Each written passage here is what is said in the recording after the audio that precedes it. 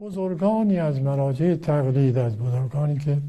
کارهای مهم عبادی داشتن، درس و تدریس و تحقیق و این حرفا، مقید بودن یک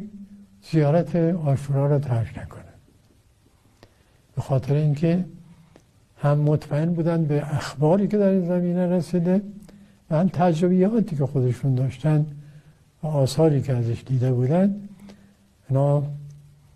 مقید شده بودن به اینکه این عبادت را ترک نکنن. نمونهش شما دیدید از مرحوم آقای بهجت رضوان الله علیه که همیشه لبشون تکون میخوند اگر به نزدیک میرسید دارن زیارت عاشورا میکنن. حتی سر درس آقای بروجردی چون نشسته بودن اما زیر عباشون تسبیحشون دستشون بودن داشتن زیارت عاشورا میکنن.